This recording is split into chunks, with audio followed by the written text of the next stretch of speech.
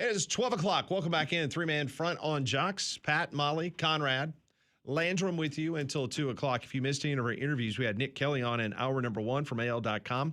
Scott Hamilton just a couple minutes ago. Mike Gittens from the War Report will join us at 12:30 as the Auburn Tigers coming off a big, impressive win over the weekend against the Florida Gators. Also talk some transfer portal news as Auburn has done a really nice job in this cycle as Alex Golish has brought in the mid-30s in regards to a number of players to the roster, currently around 11 or 12, depending on what service you're looking at, being ranked as far as the transfer portal goes. The Super Bowl is now set. Just a great games yesterday afternoon to watch. The light night game, it was 31-27 as Seattle takes care of the Los Angeles Rams. How about Sam Darnold? So he reaches the Super Bowl before Josh Allen or Lamar Jackson gets to a Super Bowl. Isn't that crazy? Also, Darnold had a 78.3 passer rating over his first 6 years as a professional. That is the worst in the league during that span. No other quarterback in NFL history had the league's worst rating over his first 6 years as a professional and go on to a Super Bowl. He will, if they win, he will easily be the worst quarterback since Nick Foles to win a Super Bowl. And that was 8-9 years ago? Yeah. It'd be pretty remarkable. Here's another great stat.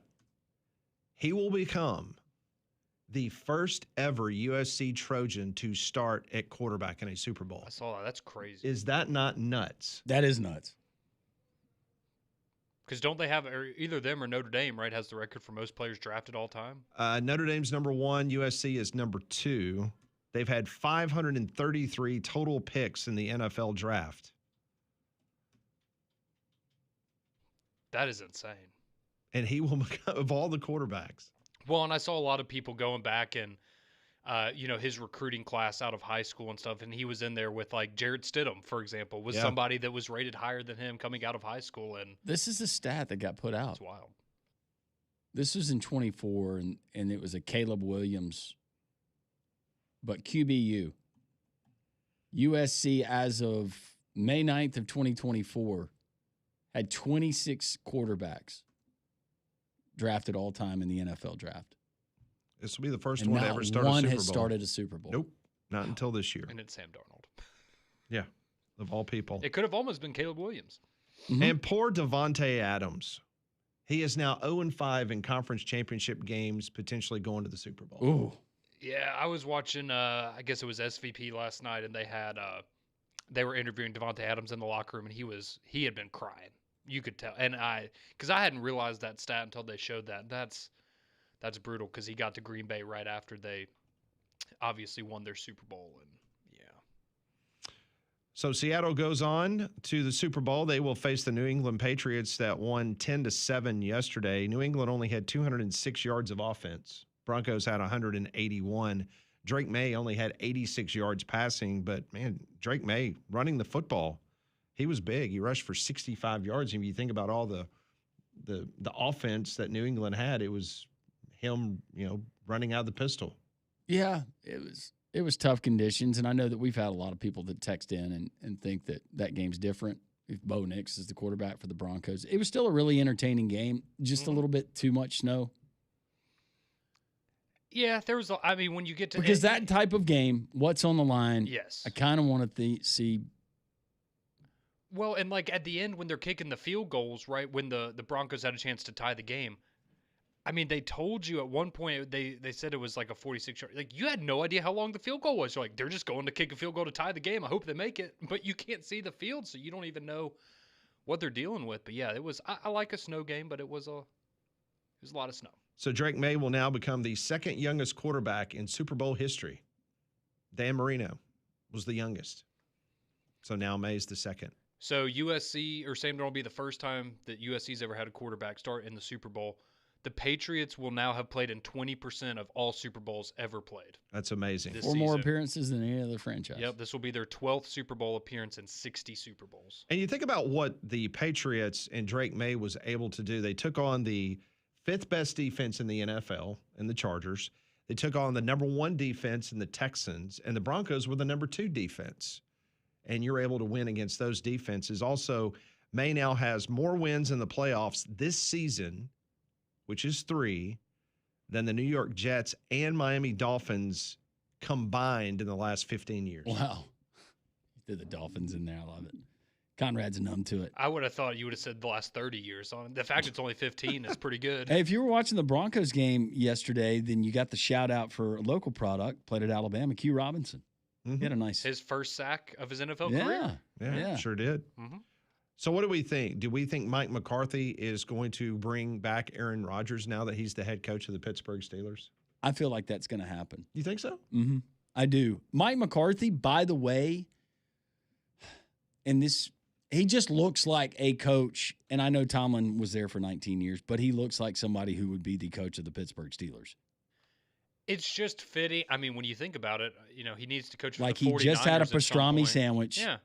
He's from Pittsburgh. Yeah. I mean, he fits. But you go from the Packers, you coach the Cowboys, now the Steelers, you get the 4. I mean, that's like the trifecta of historic brands. Well, he's in the NFL. obviously highly thought of. But I think a guy like him could lure Aaron Rodgers back as opposed to who is this guy or I'm not really sure. I feel like I remember them having a pretty good relationship from his time in Green Bay. I just go back to Aaron Rodgers' last pass as a quarterback being a pick 6, and I don't see that being the way that he ends his career.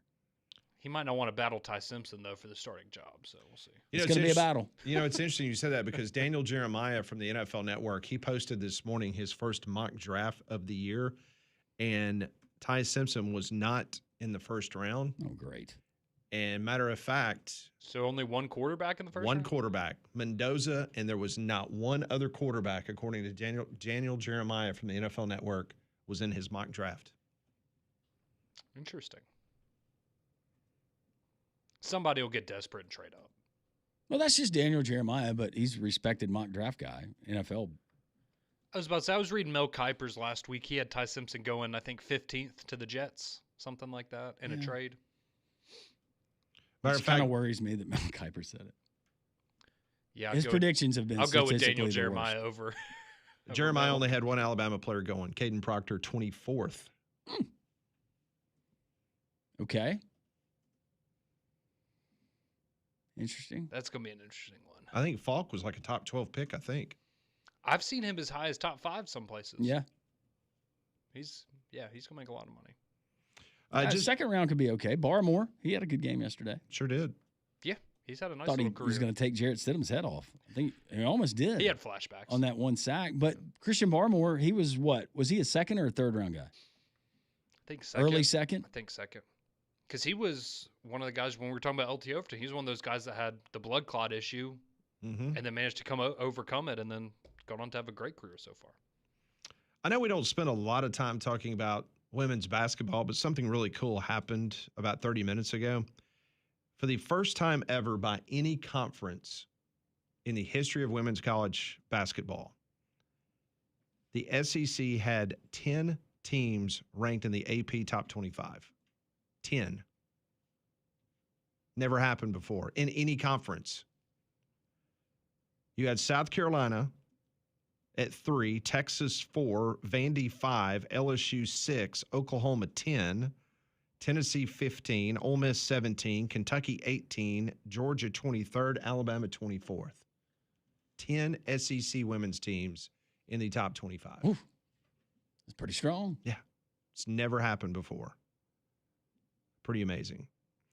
Talking about the men's game, we mentioned the fact that Auburn got a big win over the weekend against Florida. Tennessee took out Alabama 79-73. Other games on Saturday, you had Vandy over Mississippi State. What has happened to Mississippi State? Man, they have gone the opposite direction. They got steamrolled, 88-56 by Vandy. Arkansas wins a close one against LSU, 85-81. Texas over Georgia by 20. Kentucky outlasts Ole Miss 72-63. A&M wins against South Carolina 92-69. And Mizzou, a last-second three-pointer at the buzzer. That was heartbreaking for knocks Oklahoma. off the Sooners 88-87. Did you get any pictures from Ty over the weekend? No, I did not. Did you, Conrad? I did see that they got the actual foot of snow that they had projected. Yeah, I saw Little Rock got about a foot of snow. I did not see the official tally for Fayetteville. And he's I think he lives there, Fort Smith, right? Is that right? That Southern area? Fort Smith? I think so. Did he send you a picture of him playing golf? No. If there's anyone that would find a way to play golf in a foot of snow, it'd be him. But I was envious of the Arkansas students when they kept the game on and they moved it up to the 4 o'clock time. But just to have all of that snow and they got to enjoy it, that'd be fun as a student. Yeah. So tomorrow night, Arkansas is at Oklahoma. That's a 6 o'clock tip-off. Mizzou and Alabama has been moved up to 7 o'clock. So that game is now at 7 o'clock at Coleman Coliseum.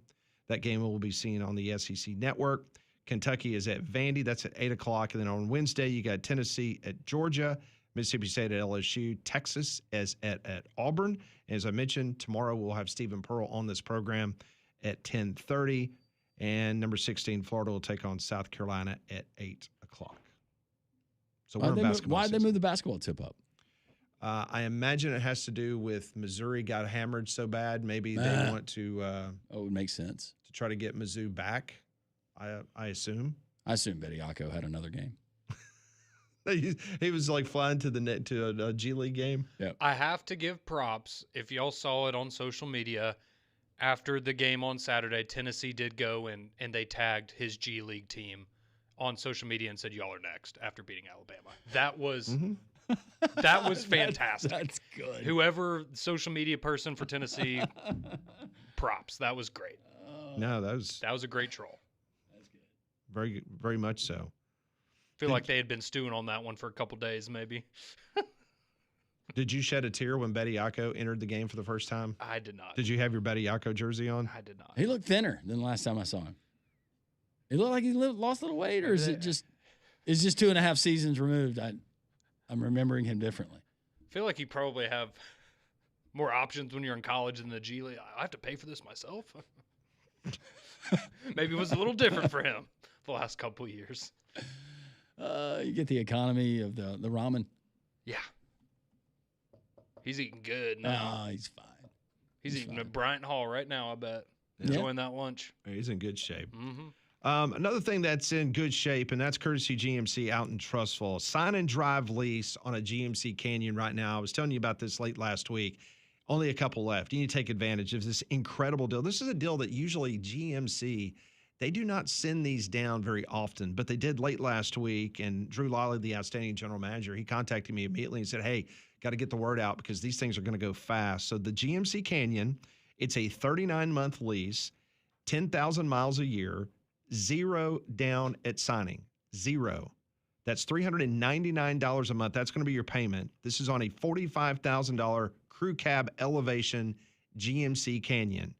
Like I said, they started with 16 and they have been going like hotcakes. So you need to take advantage of this incredible deal.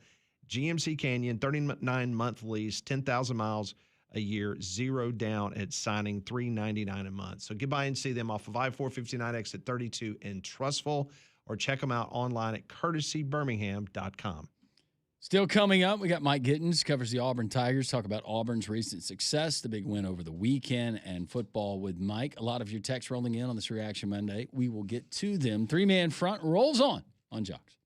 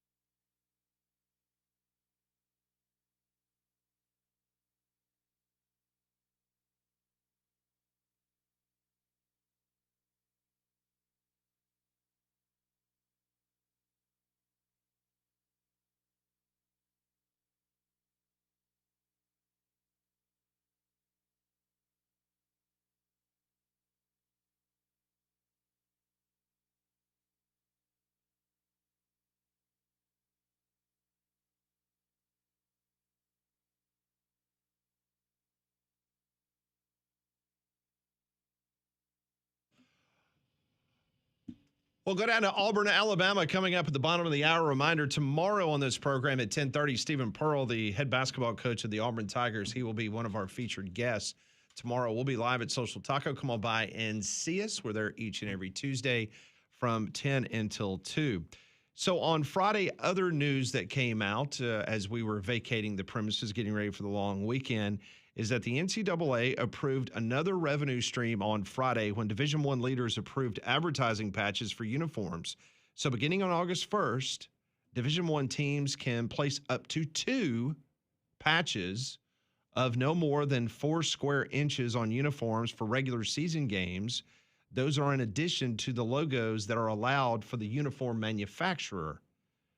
So I was unaware that it was going to be 2 allowed. I just thought it was going to be 1. I did too.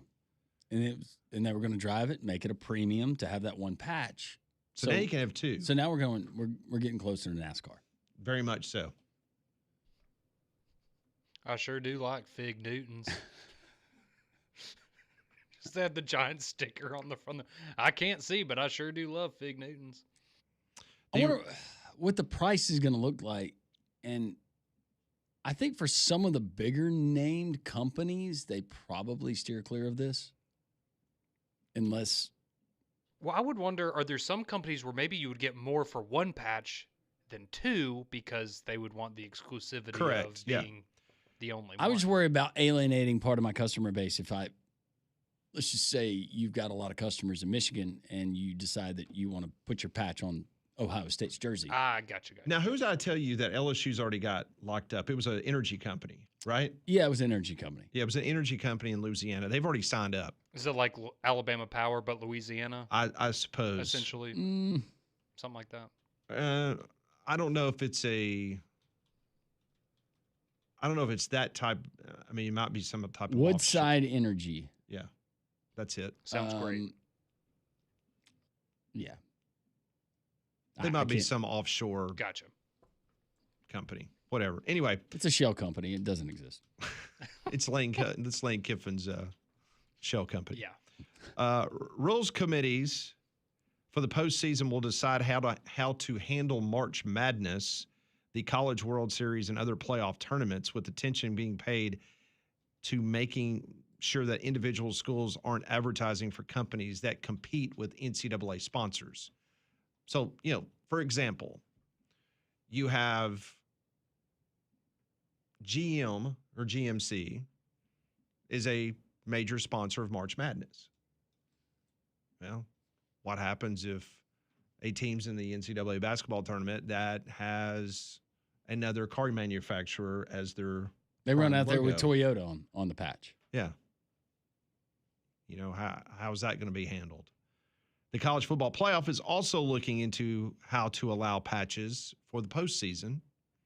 Now, Sports Business Journal, they reported earlier this month that research has shown college football and basketball teams, they could earn an additional $500,000 to $12 million for their patches. That's a range. Well, I would think $500,000 would be your group of 5. Yes. And a Power 4 team like an Alabama, Auburn, or an LSU is going to get primo. 10 to 12 million, maybe. Mm-hmm. Pay for your quarterback. And your former quarterback. And your backup quarterback. And the guy that you didn't want to go in the portal. And buying out the guy from Clemson. I was about to say, and your linebacker from Clemson. All right, so we've asked this question before, but and I know that there's only a few when you talk about Alabama and Auburn, the potential. Yeah. Because we talked about it on like the field logos and stuff like that. I did not have on my bingo card that Build a Submarine or whatever it's called, Building Giants, was going to be on the Alabama field. Yeah. I did not have that one on my bingo card. Well, that was the Army, Auburn one, right? that made sense. Oh, yeah. That made perfect sense. You could connect the dots. So for a jersey patch, who would it be for Alabama? Who would it be for Auburn? Peter Millar. It wouldn't be. They wouldn't spend enough money on it. But people would like that. For Alabama, I think you go to the obvious because you have the manufacturing facility let's just get that one off the board. You approach Go to Mercedes. You get Saban to help you with the lead in. See, I Okay. wonder, do you almost go like, and I don't know if they would have money, but would you go for like Dreamland, right? Something that's very synonymous. It's like a bigger brand. It's local, but it's a bigger brand. I don't know if they'd be able to afford it, but I don't think Alabama's going to be benevolent and just allow somebody to put. Well, no, but I'm saying like if what they if, could though? pay for it. let's like, just say you've got Conrad. Conrad's a diehard whatever. Conrad has done really, really well in the business world. here's $8 million. Put me on your jersey. Yeah. Conrad Inc. I like the sound And of what that. happens when you take that iconic Alabama jersey and then they do like the Atlanta Braves, and Braves got a great looking jersey, but then they got this ugly yellow quickcrete on the side of their jersey that does nothing for their whole color palette. But Alabama goes that route with someone that has an offshoot color and it just messes up the whole. Oh, people will hate it, but it's about money at the end of the day. Whoever's going to pay you the most money. I think we just need to accept that there's going to be some schools out there that maybe don't have the prettiest jerseys anymore. Beggars can't be choosers, but that would be a part of my conversation, and maybe we could meet somewhere in the middle. I realize that you have your brand. I realize what you're willing to pay to put that brand on our jersey.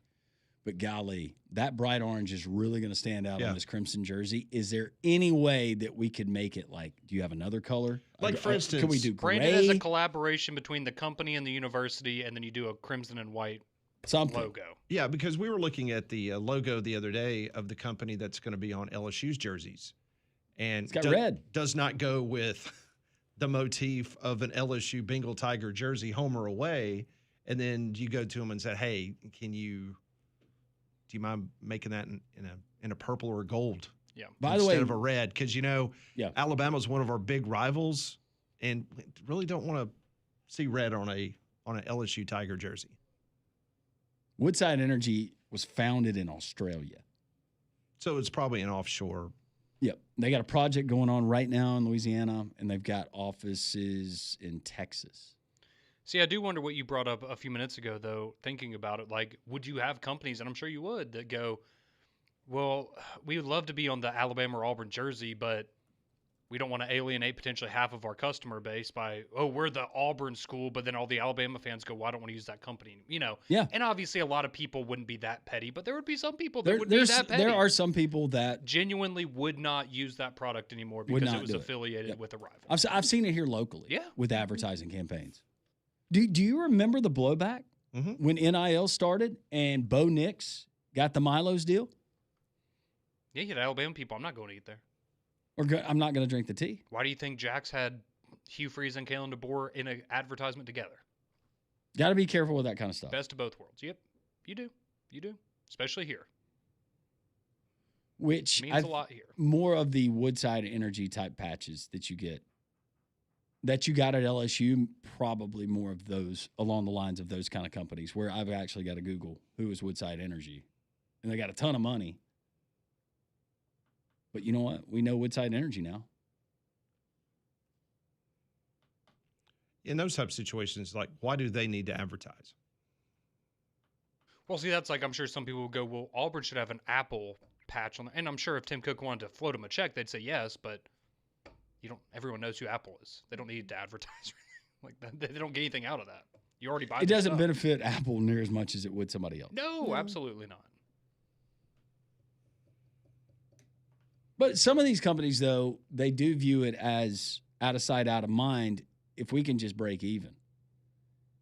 So here's my question, and I'm assuming that this wouldn't be allowed, but could you have like a domestic beer sponsor on your jersey? I don't see why not. See, that's where it would get interesting. Because I would imagine they'd pay top dollar to be on the Alabama, Ohio State, Georgia, Well, let me take whatever that jersey. back. I do not believe, because there would be some under the age of 21. That's what I would think. That would be not allowed. I would think that that's not going to be allowed, or any type of gambling like DraftKings or anything Tobacco, like you're that. not going to see like You're not that. going to have a cannabis farm that's sponsoring No. the Correct. Cal Bears. But if that stuff was allowed, that's all you'd have. Yeah. I mean, you think about the jerseys now in the SEC. You're going to have your SEC patch. You're going to have your manufacturer's patch. Some jerseys actually have another, like on the V part of the collar. Then you're in the playoff. You got the playoff patch. Mm-hmm. Yeah. It really is going to be like the NASCAR cars. Just going to be loaded What? up. All right. So let's think. Would Kroger, is that going to be Kentucky? I mean, they named Color the- works with it too. Yeah. Who? I can see that. South Carolina. I have no idea where they would go. I don't know what's in. They went Caterpillar on the field because the company that they got to do the field's going to do renovations to the stadium. Ah. Okay, well that makes sense. Well, that's a good company. I would imagine, Realtree will be Ole Miss. Yeah. Mm-hmm. He's a huge, obviously. Oh yeah, look at their uniforms. Mm-hmm. It'll be interesting. Starting August 1st, we'll see what happens. Do these patches, do they have to be approved by, I'm not talking about the school, but some kind of clearinghouse or the NCAA? Well, I'm sure the NCAA, like we said, I believe gambling, alcohol, tobacco, those type of categories. Gentlemen's clubs. Cannot, yeah. Because they would dominate. Because that's the audience, right? They can't advertise. So.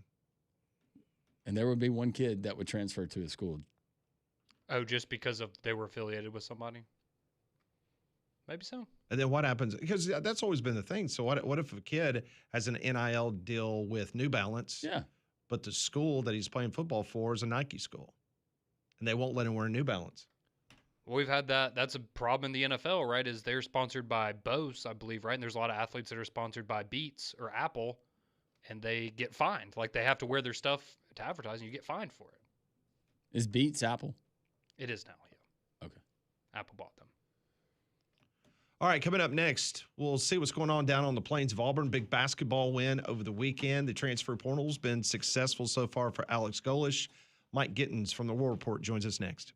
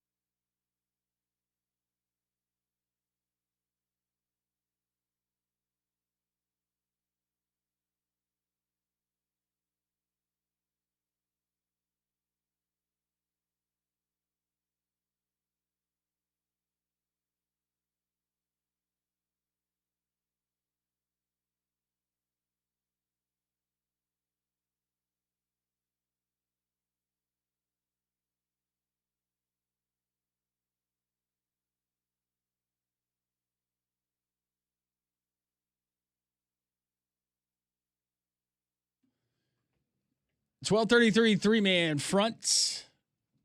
You're on a very cold Monday. Hope you're doing well wherever you are. Those that were impacted by the winter storm, those of you maybe coming outside for the first time in a few days, bundle up. It is cold outside, but we're glad you're with us as we are live and have been all day long here on Jocks. A lot of text coming in on the text line, 205-834-9450. Efforting Mike Gittens, who was set to join us at 12:30 to break down not only Auburn's first win in Gainesville over the last 30 years, but also looking ahead the rest of the season, the conference schedule for the Tigers, and we'll get some transfer portal, I guess, recap from Mike and how Alex Golish and the Tigers staff have brought in a lot of new faces there to that roster. The text line is open, and it is very, very active, 205-834-9450. Just going back to the patches that have been approved for NCAA football jerseys for competition next season and trying to associate different companies, Pat, with different SEC schools. A lot of text rolling in. Somebody recommended that for Georgia, and Molly found that Georgia, if you're looking at associations, person who started Build-A-Bear, I think that just for, and I don't know where Build-A-Bear is. I remember taking my little sister to Build-A-Bear when she was a kid, but that would just be great from a comedic standpoint if you had Build-A-Bear on the Georgia jersey. I'm sure Kirby Smart would be. Yeah. Well, you know what? If they're going to pay $11 million. Sure, why not? Why not? Do you care who your sponsor is? Not if you get the money. Maybe Mike Gittens. He's in the market to put a patch on the Auburn jersey. Mike, you going to get the War Report there on the jersey? How much is that going to cost? What is that going to cost, Mike? $1 million, guys. $1 million. Put the War Report patch on the jersey. I need to retire. So that's funny. That's really funny. Appreciate you guys having me today. Oh man, always great to catch up with you, Mike. Yeah, but let's start there. We're just talking about how a Friday news dump. A lot of things were happening, but NCAA announces that they're going to allow not one but two patches for advertising purposes, and we were just kind of having some fun on the show, kind of spitballing who we think both Alabama and Auburn would try to go to, because Alabama and Auburn, unlike the Texas and the Texas A&Ms, I mean, it's always the same pool of folks that you go to, because unfortunately there's not a million Fortune 500 companies in the state of Alabama. You kind of got to go to the same well every time. Yeah, look, I think you'll see. For Alabama, fortunately, they've become a national brand, so I don't think it matters, right? Yeah, that's a good point. Nick Saban made them into a national brand. All those national titles, the rich football history, they'll be able to get brands from outside of the state to come in and get involved. If you're Auburn, you're not small potatoes either, though. I think that they have a really good opportunity. This is the dirty work of business, guys. You've got to get out and you've got to talk to people outside of your footprint. And, there's got to be, when it comes to this, the crazy part is, and hear me out, with NIL, part of the clearinghouse's charge was making sure that there was a real market value and purpose to the deals that these players were signing.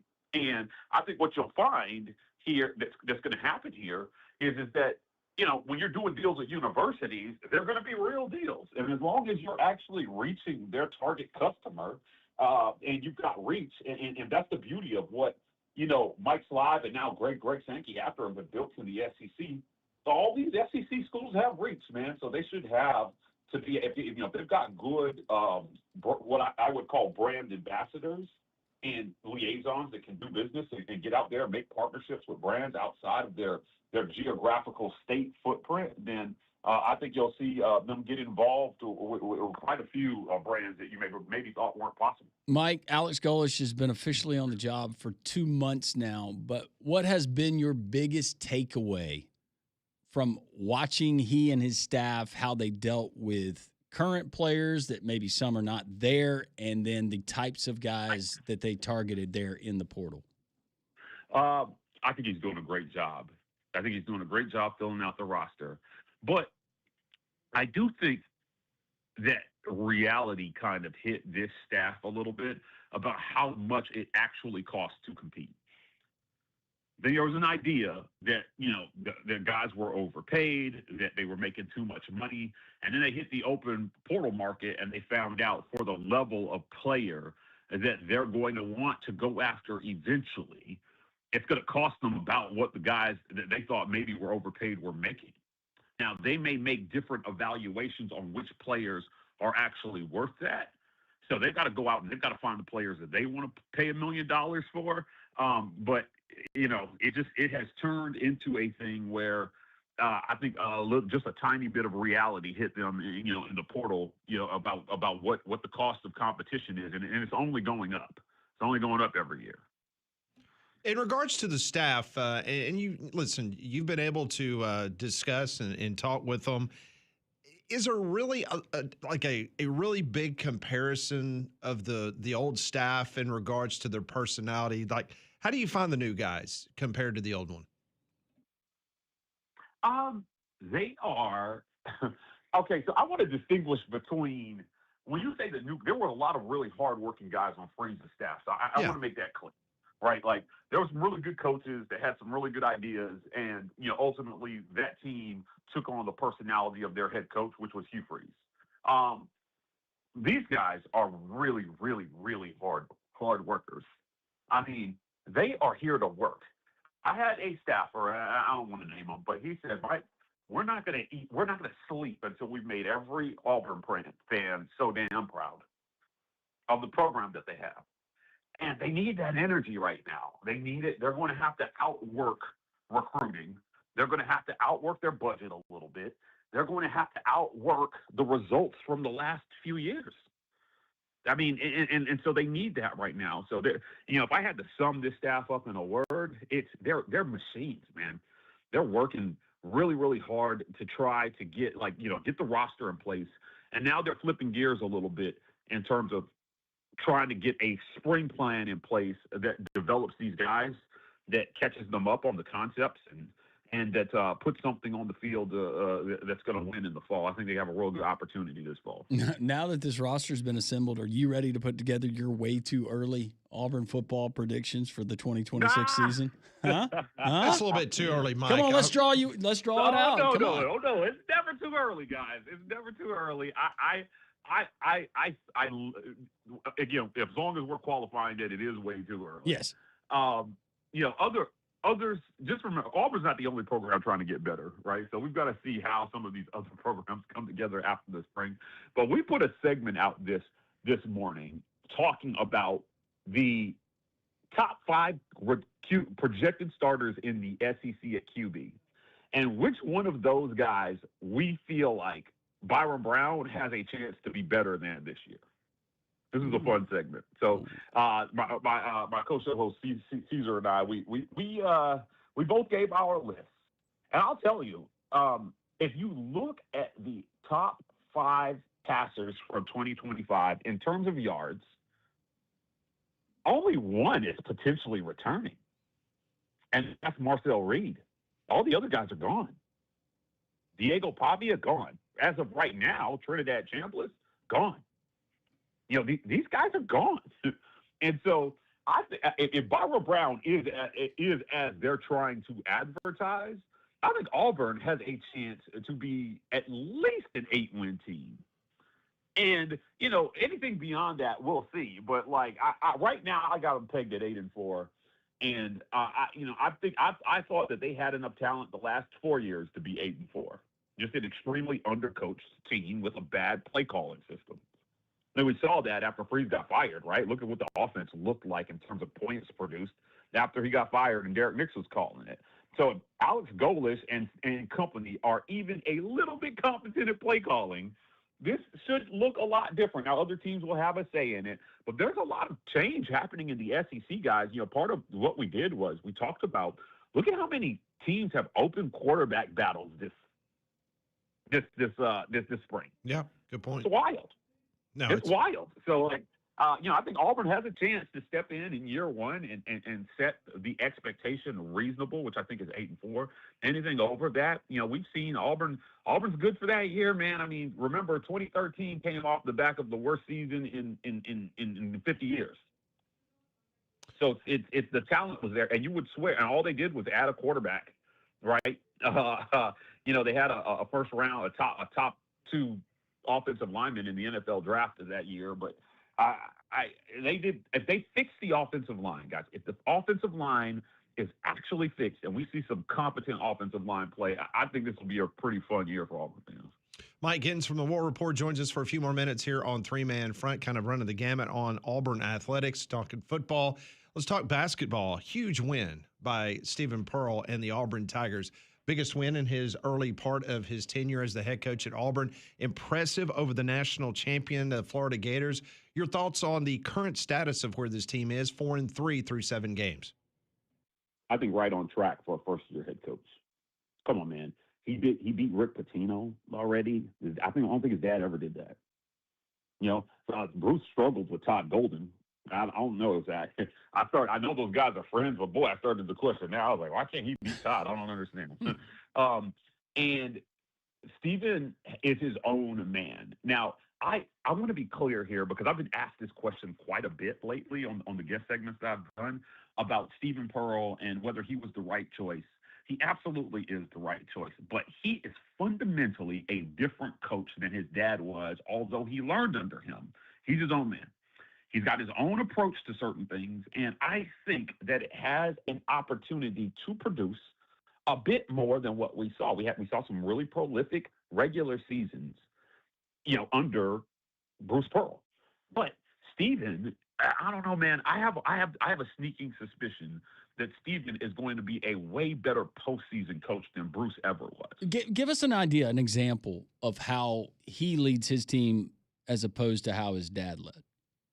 Yeah, his process. I mean, he's more of a disciplinarian, especially now versus Bruce's back, like last few years than Bruce is. He's a little bit stricter, right? He's a stickler for detail, and this is not to say that Bruce Pearl wasn't any of these things. He certainly was these things, but Stephen has taken that to another level. He's a different kind of intense man, and I like that young energy. It's crazy. I'd never felt so old. Then I was having a private conversation with Stephen Pearl via phone. And when he said his age, I was like, this guy's 4 years younger than me. Damn. Yeah. I'm old. He's 4 years younger than me. But what the reason why I mention that is that when I was his age, I had just moved to Washington, D.C. I was leading a whole region of a team of people in D.C. And I had spent 12 years until I took that job, most money I've ever made in my entire life, developing who I was as a manager. It's why they paid me boatloads of money to move there, right? And I thought about the journey when I took that job from where I was when I first started after college in 2006, moving to Las Vegas with nothing but $500, guys, $500 in a dream. Took an hourly job with the company, making $14.50 an hour. Management, I was so far out from thinking about managing anybody. I was just like, I need to figure out how I'm going to pay rent next month. I just got here. And to being in a place where I'm responsible for other people's livelihoods. Stephen Pearl is not nearly as good a manager as he's going to be right now. He's going to get better. He's going to get better at this thing. He's going to learn his particular management style. He's going to learn what motivates his players, things to do, tricks to the trade. He has tons of room to grow as a coach. And he doesn't have to rebuild a program from scratch. So that should be noted. And that's why I think he has a chance to do what his dad didn't do, is because he didn't have to spend 5-6 years bringing it out of the gutter. Right. Well, that's the beauty of what his dad handed him, right? He handed him a program that's already at a level where they're ready to compete. And given some of the early conference struggles, it does look like that this team they finally bought in and thought, you know what, Coach might be right because we're winning games and doing it the way that he proposed that we do it. And they're not having to do it from the outside. You're actually using those guys that you have, like your Keyshawn Murphys, and of course, or your Murphys and your Halls, and those guys that they're going to get their buckets, but does seem to be it's not one guy, and I think guys like Tahad Pettiford have it looked like they bought in anyways. Yeah, look, how he's managed Tahad to me has been impressive, right? I think when you get a superstar player, it can be a lot to manage, right? He's benched Tahad from the starting lineup already this season. trying to send a message to this young man that no one is bigger than the program. Tahad's a great kid, by the way. Tahad's a great kid. Seems like But coaches have a different, we started this discussion talking about NIL and patches and all this stuff. That, this doesn't get talked about enough, right? Part of the job now is managing millionaires is the job. 19-year-old millionaires. Managing, yes, man. Can you imagine when I was 19 and I was, at Auburn? No. If you gave me $1 million, I would have ruined my life. I'd be dead or in jail. Yeah, right. Yeah. So these are great kids, but part of the job is still managing teenagers with unlimited resources. That's hard. That's really hard. And so, you're talking about practice when they can go out and they have the resources to do whatever they want to do. I remember when I got to college, my sister got to Auburn in 1999. My freshman year was 2001. And one of the things my sister said to me, she was like, "Well, you're an adult now, Mike." And we came from a strict religious household, and then suddenly we had all this freedom in college, right? Like our parents took the reins off when we got to college. And she said, "You can go to Disney World tomorrow, and nobody's going to stop you. Your life is completely on you." Now, let me tell you something. I didn't go to Disney World because I didn't have any money to go to Disney World. I didn't have money for a ramen noodle packet. Tahad Pettiford can buy Disney World. Yeah. He can't, but you understand what I'm saying. Yeah, right? I get it. He can go to Disney World tomorrow. He can decide, I want to be at Grand Central Station in New York tomorrow. Mike. And he can go do that. Mike, we always appreciate the visit. We got to cut it short. Speaking of management, I need to manage time, but we always appreciate it. Great stuff, Mike. We'll talk very, very soon. Be well, stay warm, and have a great rest of your Monday. I think, Scott, hey, before I get out of here, Auburn basketball, 100% going to make the third round of the NCAA tournament. Book it. Mark it. Mike, we always appreciate it. Thank you. See you guys. Mike G, the War Report. More next.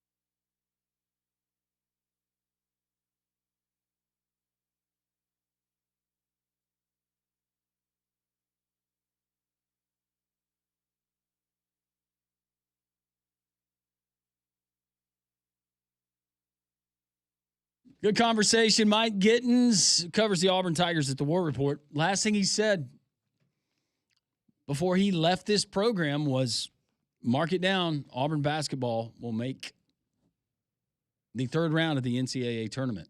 Now, if we're going to go official rounds, would that be the Sweet 16, or are we counting the play-in games in Dayton? I should have gotten clarification when we were running out. I would assume he meant Sweet 16. I would assume so. Auburn is 29th in the net rankings. Alabama a few spots ahead of them, but the SEC looking good as far as net rankings. Auburn moves to 13-7, 4-3 in conference play. Alabama, though, they're next up. Their game has been moved up. They got a 7 o'clock tip time tomorrow as they host the Missouri Tigers. So tomorrow, Stephen Pearl will be a guest on the program at 10:30. Also, making his first appearance in 2026, the bracketeer, Rocco Miller, will be on the program tomorrow. Give us a little insight on the bracket, what it looks like for Alabama. No and Auburn. disrespect to anybody else, but you have not seen true bracketology until you've seen Rocco's bracketology. Bracketology or bracketology? See, I always say bracketology. I do too. Maybe I'll change this season.